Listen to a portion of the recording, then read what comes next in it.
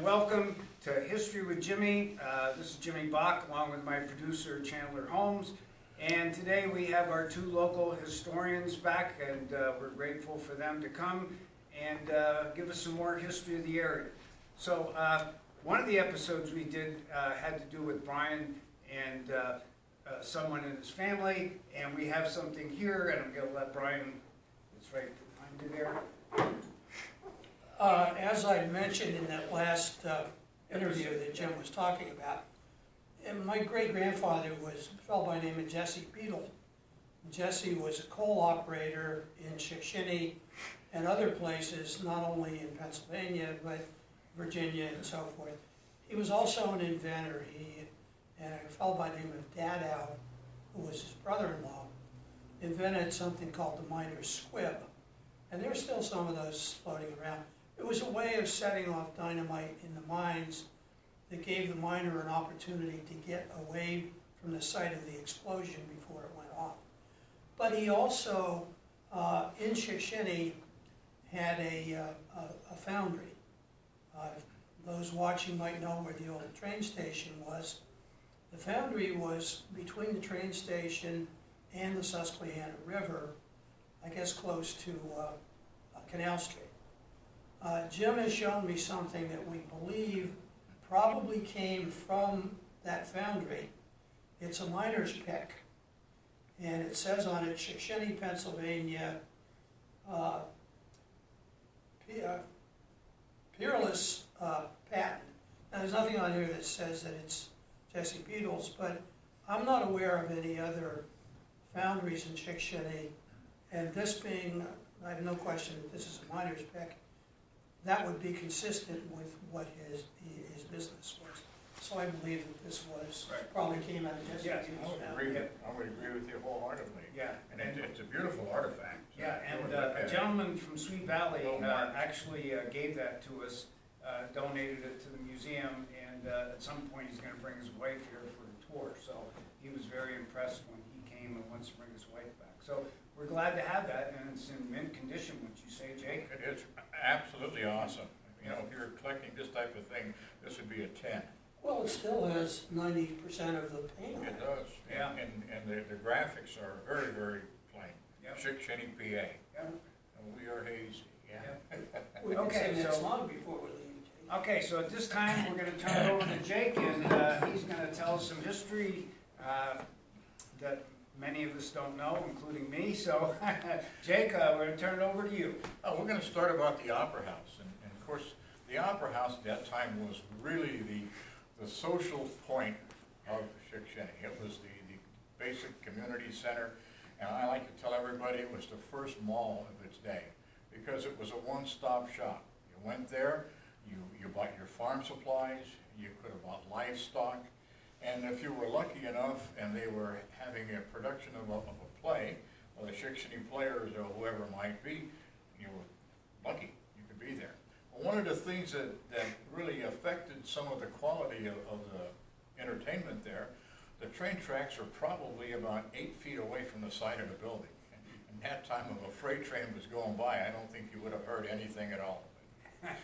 But You were the owner of that. I was the owner of it, and I was a proud owner of it. It was historical, and unfortunately. Well, you and your wife, I should say. Yes. Excuse me. Yeah, unfortunately, that things have happened, and it's no longer here.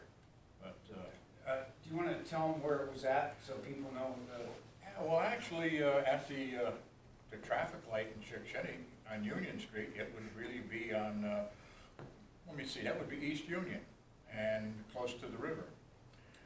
And at the time, it had it was quite large, probably the largest structure in this town. It was over 3 stories tall, and the total square footage, I believe, the main opera room was 60 by 80. So you think about the size of just that particular room, with no columns in a way. It had a king truss roof, so it was there was no obstructions to stop any of the performances or whatever. And high school graduations were held there. And like I had mentioned earlier, in 1927, Shickshinny High School played their first basketball game there. So kind of an amazing thing. Yeah. This is, I'm just gonna add this is a brandy wine that we sell of this, and there's a little bit of history on the back there Yeah. and stuff. And you can see all the windows, and as Jake said, it was a very large building. I remember going in there at one point. So if you're ever interested in these, Cheryl does sell these brandy wines and stuff, so. A little bit of history. I'm well aware of the Opera Building, the Opera House, but it was part of the complex that was owned by and built by Harper Agnew. And the rest of the complex was across Union Street, upriver from the Opera House. And I can recall when I was a kid, I knew people who lived there. There were a couple apartments in there, and underneath, there was a wall that dropped off down to the ground. And there were bins there that originally had been used to offload or maybe store produce and so forth from canal boats, because the canal ran directly across that or past that area. That was an interesting spot too, and that of course is long gone, but Harper Agnew must have been a fairly prosperous man to have run that and built the Opera House. And I assume he did it for the benefit of Shickshinny. Well, archaeologically, if you want to really look at some of the sites right next to where the Opera House was, at the Shickshinny Creek, you can see the base for the, how would I call it, the aqueduct that let the canal boats cross the creek.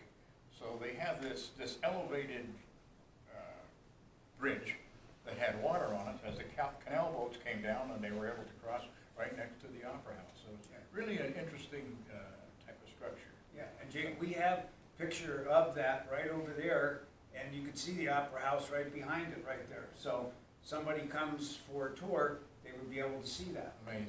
And I think it should be pointed out, here is the base for it, right here. Okay. So what else do you have, my friend?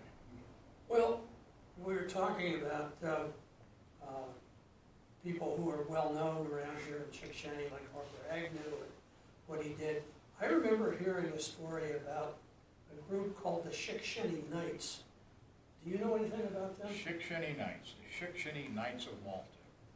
When you hear of the Teutonic Knights, the Knights you think of Indiana Jones, the Lost Crusade, the Ark of the Covenant, and this is in actuality a group associated through history with that same group of knights. And they were called the Shickshinny Knights, and their headquarters was located outside of Shickshinny.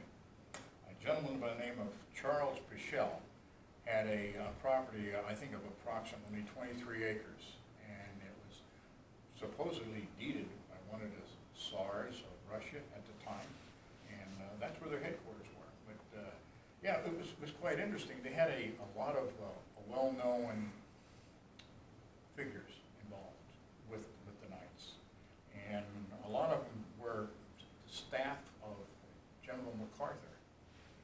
Willoughby was one.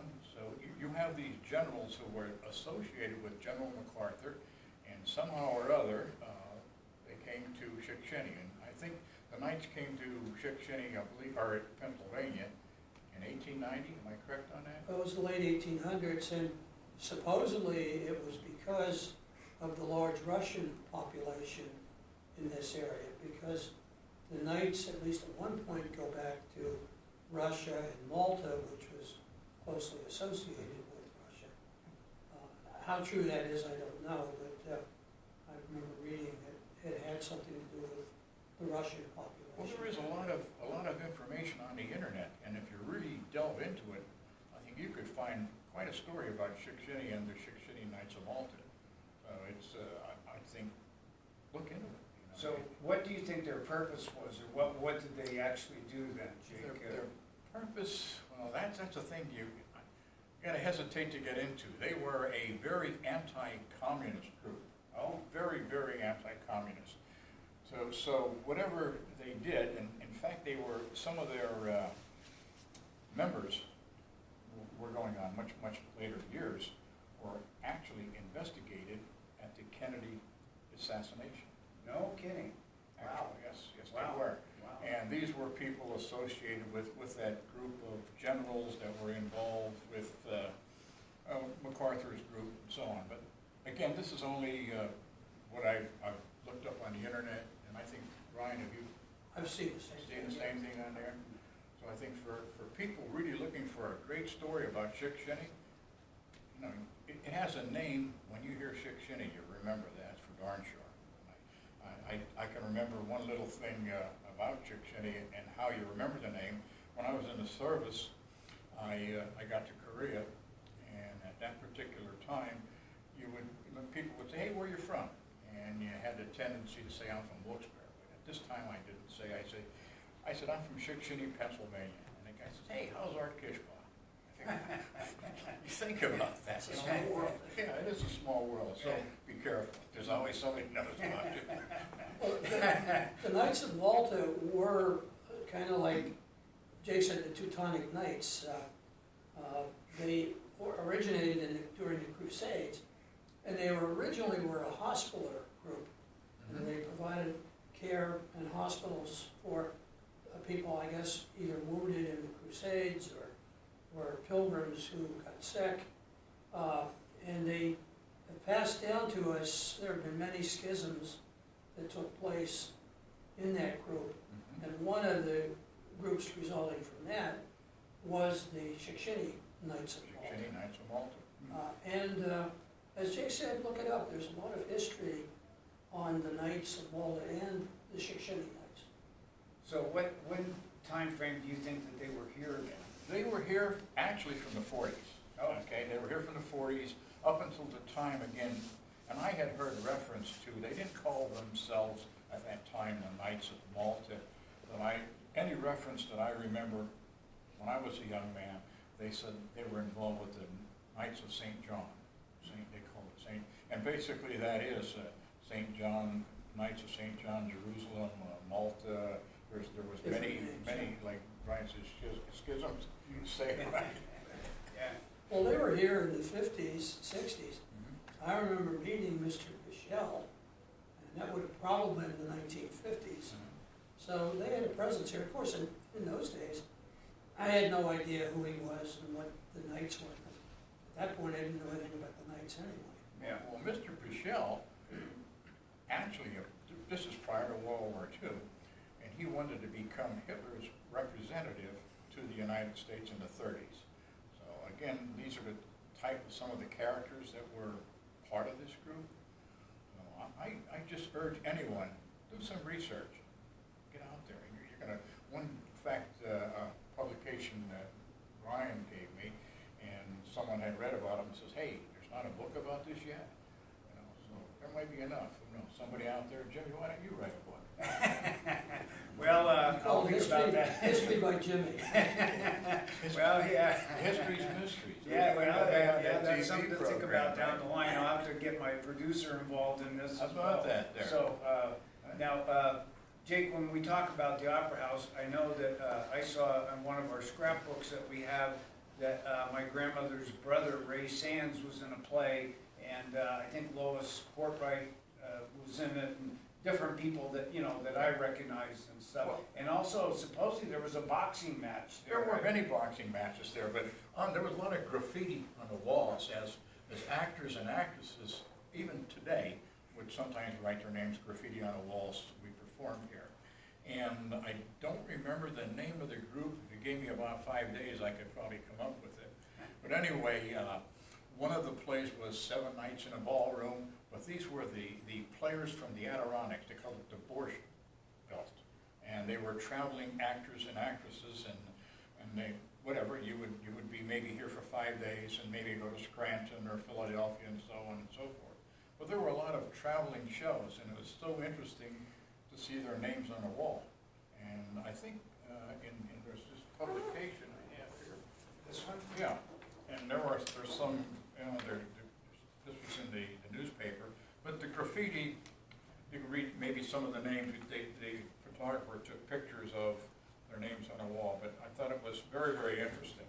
Very interesting.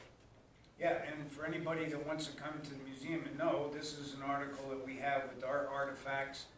There, we had it laminated to preserve that and stuff, and Jake and Karen are in that particular article and stuff, and there, and I know at one point Herbie Derby was in that particular building.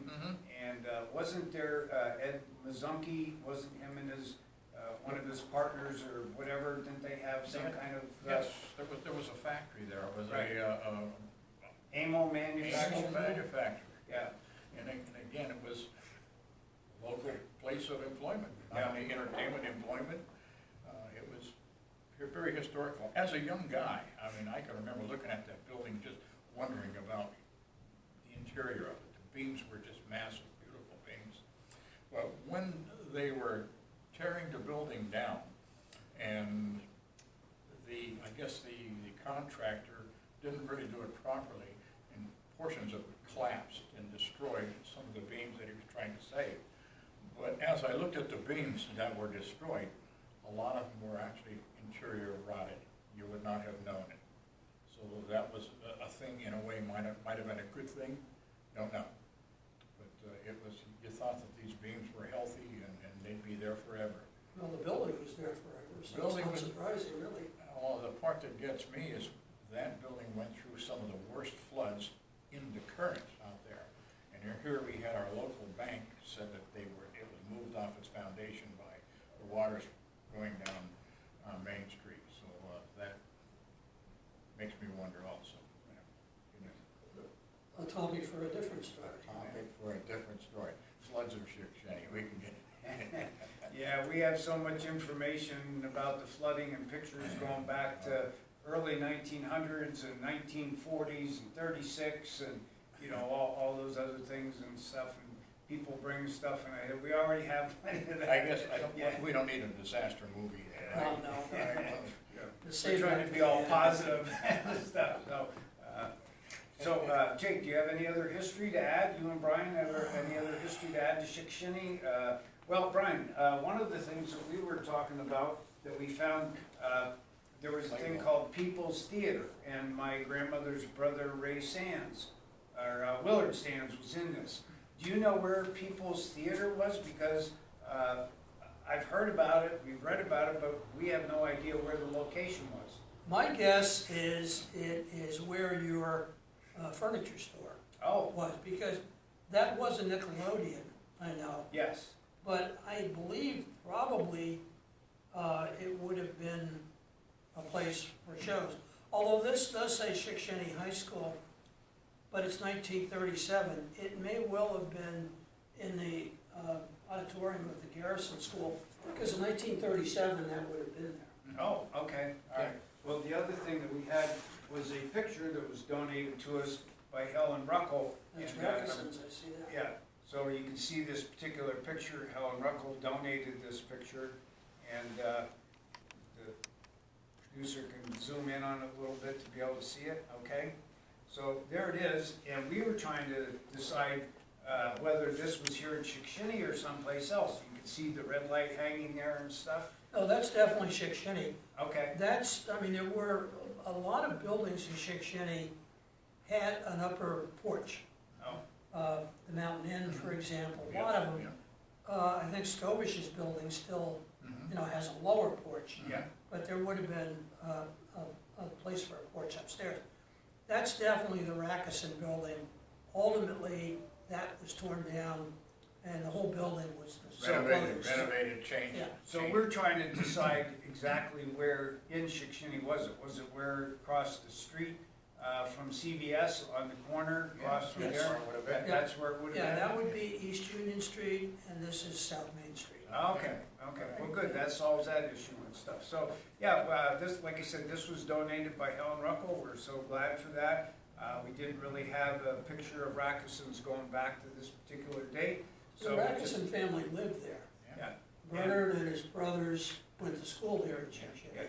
and it's my understanding, you can correct me if I'm wrong, that they were probably the first Jewish people to be here in Shickshinny.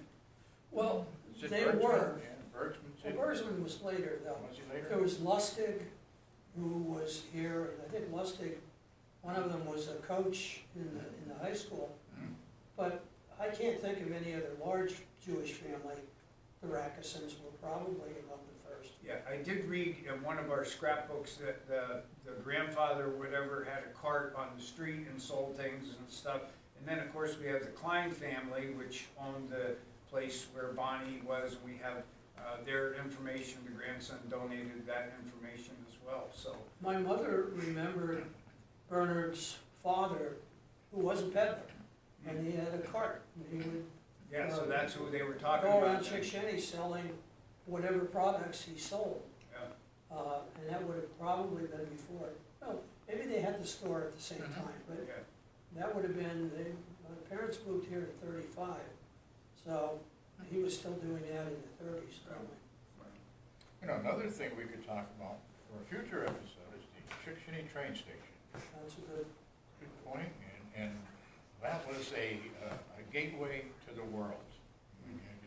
You hear the train, the steam engines at the time, and passenger trains, and of course the local high school band were invited to the inauguration in Harrisburg. Harrisburg, yeah, I And remember that. was quite an exciting thing.